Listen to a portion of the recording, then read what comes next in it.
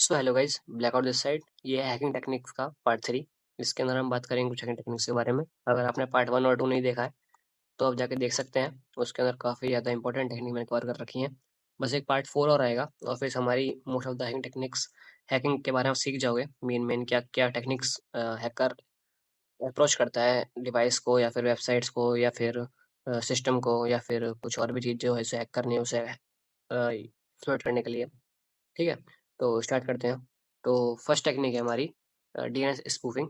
ये देखो, इसके अंदर क्या है, डीएनएस चेंज कर दे हैकर आपका। मतलब आप तो विजिट करना चाहो किसी और वेबसाइट पे, लेकिन वो स्पूफ करके आपको किसी और वेबसाइट पे पहुंचा देगा क्योंकि फेक होगी। ठीक है, मतलब इसके अंदर समझ रहे हो, ये बहुत ज़्यादा काम आता है। इसके अंदर फायदा इसका ये होता है कि कई बार क्या होता है कि हैकर आपको फिशिंग ईमेल भेज रहा है, फिशिंग लिंक भेजी उसने आपको। तो जो वो फिशिंग लिंक होगी वो आप क्लिक तो करोगे रियल वेबसाइट पे, लेकिन जब आप जाओगे तो आप जाओगे हैकर की वेबसाइट पे जो कि फिशिंग पेज होगा। या फिर इसका एक और फायदा हैकर उठाता है कि वो आप पे फिशिंग पेज कर पहले फिशिंग पेज पे लॉगिन करवा देगा। लेकिन जैसे ही आपका लॉगिन फेल होगा, आपको लगेगा कि भाई ये क्या प्रॉब्लम है, मैंने कुछ गड़बड़ कर दी क्या। तो फिर एकदम से वो आपको रियल वेबसाइट पे लॉगिन करवा देगा, जिससे आप पता लग जाएगा कि हाँ भाई, मेरे को तो कुछ हुआ ही नहीं था, मैं तो सिंपल इसलिए वेबसाइट पे ही हूँ। ठीक है, तो ये भी काम आता है। डीएनएस स्पूफिंग काफ़ी ज़्यादा हार्मफुल हो सकती है और बहुत ज़्यादा सिंपल भी कई बार कर देता है इन चीज़ों को करने के लिए। उसके बाद है हमारा वाटर होल। इसके अंदर कुछ नहीं है, जैसे कि मान चलो कि ये कोई वाटर होल है जिसे आपने पॉइजन कर दिया और जो जो इसके अंदर आ रहा है, जो पानी पी रहा है वो उसको इन्फेक्ट होता जा रहा है। सेम ऐसे ही करता है वेबसाइट जो बहुत जो काफ़ी विजिटेड वेबसाइट होती है एक पार्टिकुलर ग्रुप ऑफ पीपल के द्वारा। वो हैकर उसे उसे ही इन्फेक्ट कर देता है। जो उस पे आता है वो अपना हैक होता रहता है। ठीक है, काफ़ी ज़्यादा हार्ड है और काफ़ी ज़्यादा डेंजरस है। तो करना बहुत ज़्यादा काफ़ी एडवांस हैकिंग स्ट्रेटजी है ये। और मालवेयर डालना पड़ता है साइट के अंदर और काफ़ी ज़्यादा इंपॉर्टेंट है। तो ठीक है, फिर आता है क्लिक जैकिंग। क्लिक जैकिंग काफ़ी ज़्यादा सिंपल है, ज़्यादा कुछ हार्ड नहीं है। ठीक है, इसके अंदर क्या है कि बटन होगा, बटन जो आप वेबसाइट पे क्लिक करते हो बहुत ज़्यादा बटन होते हैं। तो या तो फेक बटन होगा, मतलब कि वो बटन जो आपको होना चाहिए वो नहीं है। ठीक है, या तो हो सकता है ऐसा हो कि वो बटन दिखता हुआ हो ही रहा है लेकिन वो पीछे टास्क कुछ और रन करेगा। मतलब कि वो कॉम्प्रोमाइज़ करता है साइट के साथ। मतलब कि हैकर क्या करेगा, साइट के अंदर घुसेगा और वहाँ पे कोई हिडन लिंक डाल देगा। ठीक है, और वो आपको प्रॉब्लम कर सकता है, आपका क्रेडेंशियल उठा सकता है। फॉर एग्जांपल कि ये कोई वेबसाइट थी। ठीक है, यहाँ पे डाउनलोड, आप यहाँ पे कुछ डाउनलोड करने गए थे, यहाँ पे डाउनलोड के 2 बटन है, एक यहाँ पे है और एक यहाँ पे है। ठीक है, आपने एक वाला बटन नहीं देखा जो कि रियल था, आपने फेक वाले बटन पे क्लिक कर दिया। ठीक है, इस पे क्लिक करने के बाद आप चले गए वेबसाइट पे जो कि रियल नहीं है, हैकर की है, और आपने वहाँ से कुछ और डाउनलोड कर लिया, रेड डाउनलोड कर लिया। रैट मतलब रिमोट एक्शन टूल।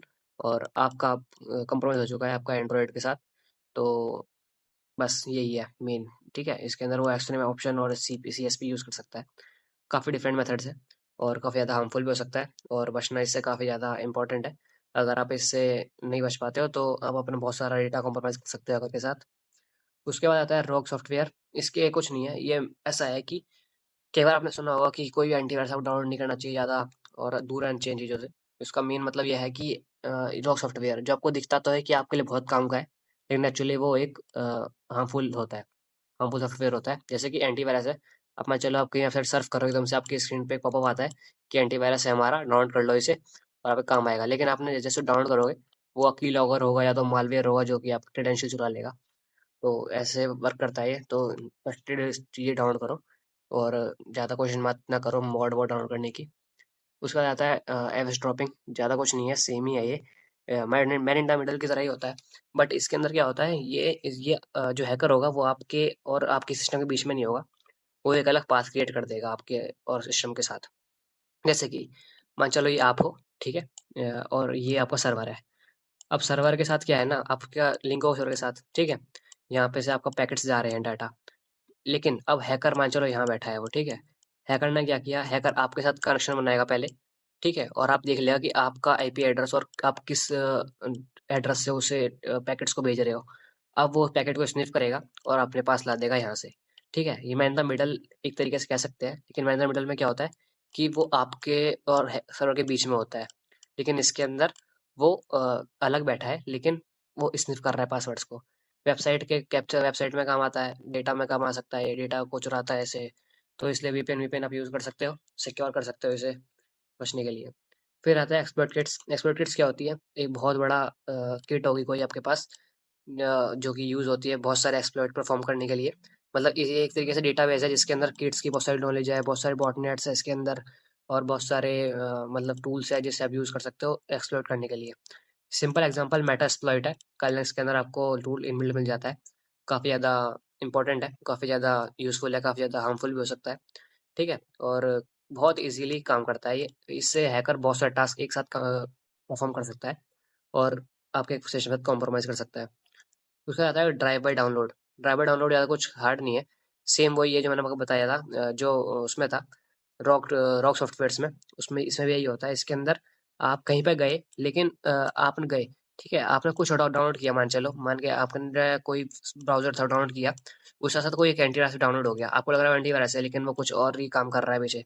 ठीक है, लेकिन इसी का एडवांस वर्जन भी हो सकता है कि आप किसी वेबसाइट पे गए, आपने कुछ डाउनलोड नहीं किया, ठीक है, लेकिन खुद डाउनलोड कुछ हो चुका है वहाँ पे आपके बैकग्राउंड में ही, और वो रन हो रहा है, और जो कि और आपके सिस्टम के साथ छेड़छाड़ कर रहा है, और मालवेयर भी हो सकता है वो, और कुछ भी हो सकता है। ठीक है, तो एड ब्लॉकर और जो हम ये यूज़ करते हैं इससे आता है वो, तो बच के रहा करो उससे भी।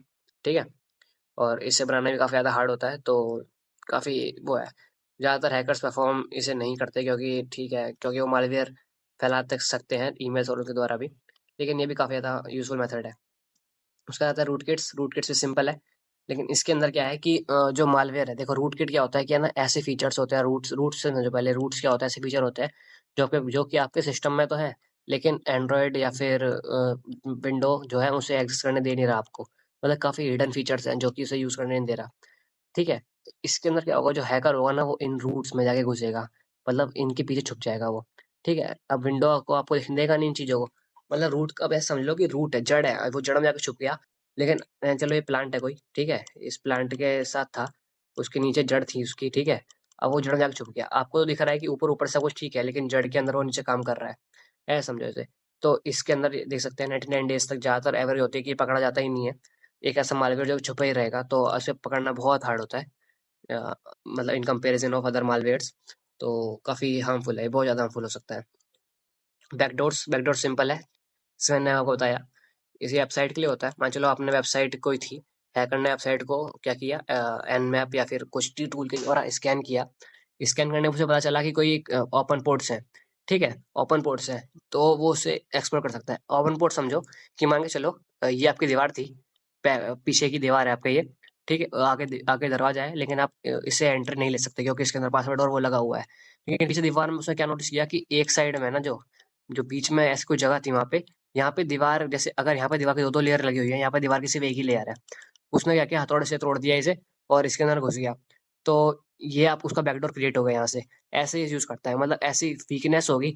प्रॉपर ओपन पोर्ट नहीं होगा वो, कोई वीक पोर्ट होगा जिसे वो क्रैक कर देगा और इससे वहां पर एक्सेस लेगा आपके साइट में, और बहुत ज्यादा प्रॉब्लम क्रिएट कर सकता है इससे वो। ठीक है, दैट्स हाउ इट वर्क्स। तो यही था आज के लिए, बाकी अगली वीडियो में मिलते हैं। और टेलीग्राम और इंस्टाग्राम पर मेरा अकाउंट देख सकते हो, वहाँ पे टूल्स और काफ़ी इन्फॉर्मेशन मैं अपलोड कर चुका हूँ। तो that's all guys, thank you.